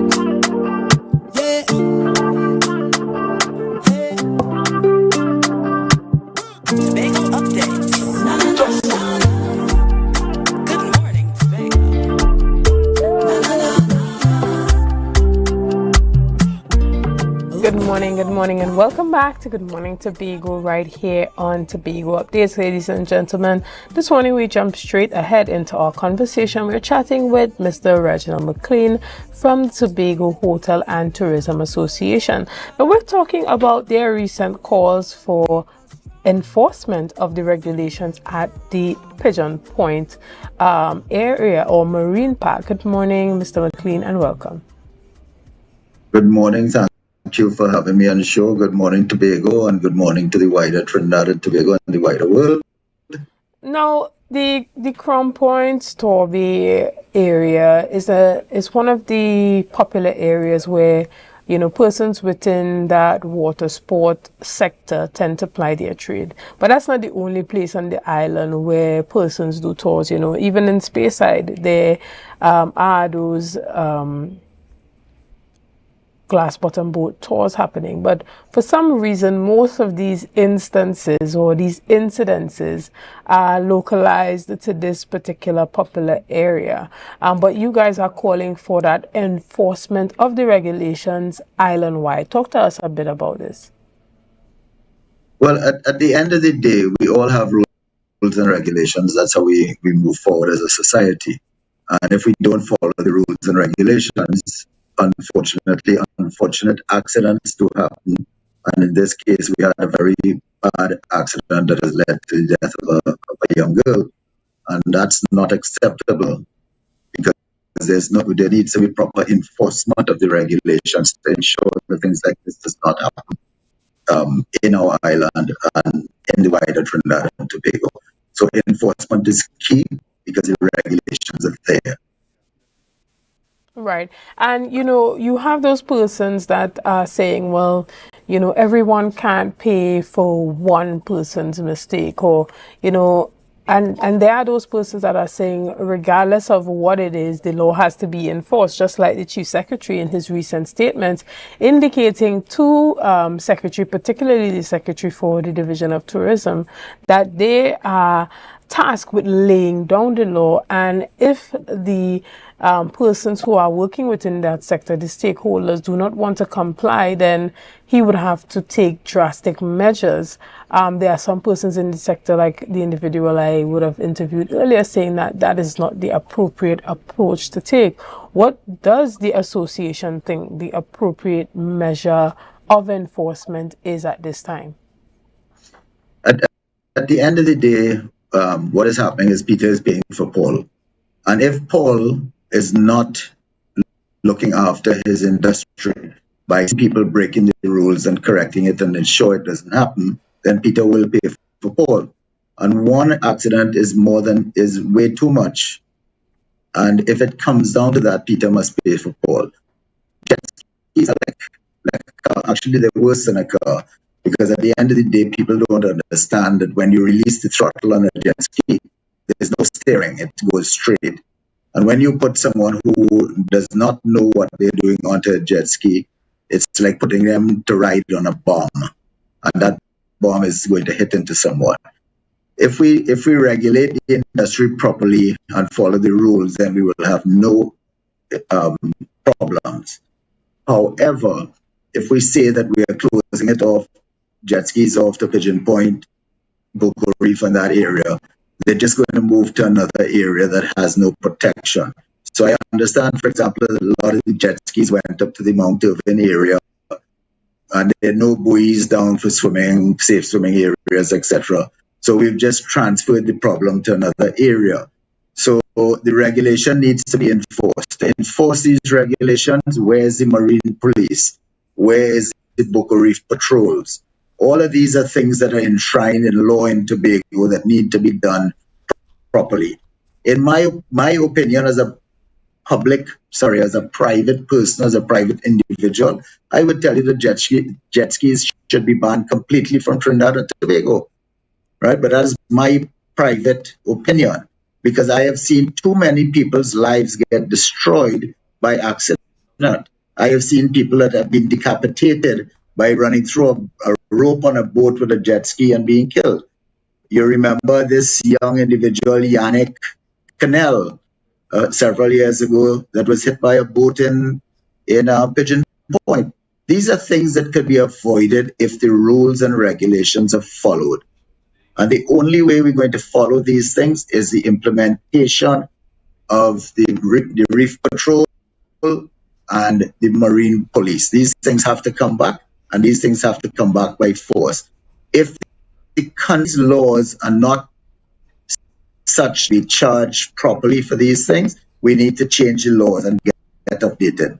If we do want tourism, whether it's domestic tourism or international tourism, we have to fix the little things. Right, and there are conversations surrounding safety training for these jet skis.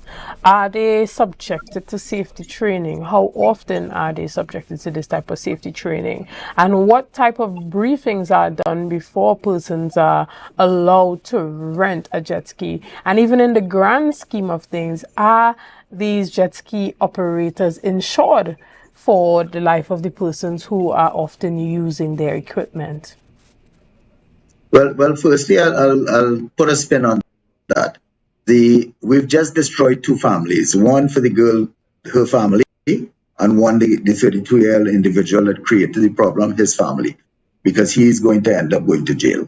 I mean, there's no ifs, ands, or buts about that. So we need to fix those things and make sure that those things and people understand what the laws are. You go to get a driver's license to drive a private car in Trinidad and Tobago, you have to go through training, and then you go through your learner's period, and then after that you sit with the driving instructor, the inspector at the driver's license office, and you end up passing that, and then you get your driver's license, right? So if this is not done for everything in tourism, that how it affects us, like the glass bottom boats, the jet skis, the deep sea fishing, all of these things need inspections and they need to learn how to operate properly. You put somebody on a jet ski, you put somebody in a car who's not trained properly, it's going to be an accident waiting to happen. Now, this guy may have been doing this thing for many years, but has never had basic training on the proper function of a jet ski. So even though he's been riding a jet ski for years, he may not have had the proper training. Then who owns the jet ski? Is it him that owns it? Is it someone else? Does that person have proper insurance? All of these are questions that have to be answered. You have the reinsurers like Lloyd's of London, who insure the glass bottom boats and all the other marine activities that go on. Are they now going to clamp down on Tobago and say that we are going to get rid of all the water sports in Tobago because people are not making a commitment to safety? These are things that are serious issues that have implications for the wider industry of Trinidad and Tobago. And these have to be sorted out. And you hear things in the public space that we don't have the laws for this and don't have the laws for that. If we're going to do things right, let us put the proper laws in, but we have to police the laws. If we have no one policing the laws, nothing's going to change, and we're going to have another serious accident, and that's going to destroy Tobago. Understood. And, even as we wrap up the discussion as it pertains to the Hotel and Tourism Association, what type of speedy changes are you guys looking forward to see, and how has that affected the confidence of tourists in participating in some of these activities recently? Every little robbery, every little murder, every little accident, everything affects tourism. We have the laws, we don't have the proper enforcement. So we need to clamp down on things. You go down to Stobie and those areas there, and the touts are terrible. I have actually stopped going to Stobie and Pigeon Point because it is not a nice place to go to. What happens every 2 minutes, somebody is coming to harass you for something. All of these are things that we need to stop because it's not nice for how things go on. And if we are serious about tourism, we have to be serious about these things. Understood. Well, we want to thank you so much for being here. Is there anything that you want to say on behalf of the association this morning before we have our discussion?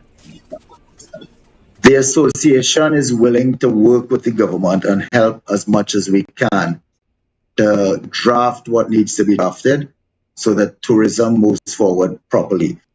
We can't just look at domestic tourism and say, oh, it's people from Trinidad and Tobago and leave it at that. We have to fix what is there.